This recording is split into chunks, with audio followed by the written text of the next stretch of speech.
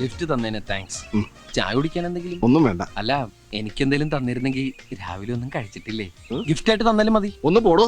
അല്ല, സൂക്ഷിച്ചൊക്കെ പോണേ. ഓപ്പോസിറ്റ് പാണ്ടിലോറ് വരുന്നതാ. ഉണ്ണികൃഷ്ണ, ആ ക്യാഷ് എടുത്ത് ഇയാളെ അണ്ണാക്കിലേക്ക് തള്ളു. ആക്രാന്തം തീരട്ടെ. എടാ, നമ്മുടെ വണ്ടി പൊളിക്കാൻ പോണേരുന്നടാ. സുന്ദര, സ്റ്റോപ്പ്. കാശ് തരാൻ സ്വല്പം വൈകിയെന്ന് കരുതി ദ്രോഹിക്കരുത്. എങ്ങനെ മനസ്സ് വന്നു ഇത്ര മനോഹരമായി ഈ വണ്ടി തല്ലിപ്പൊളിക്കാൻ? പോടോ. എന്റെ അവറ മുതലാളി, എന്റെ അച്ഛന്റെ ഓർമ്മയ്ക്കായുള്ള ലാസ്റ്റ് എവിഡൻസ് ആണ് ഈ ബസ്.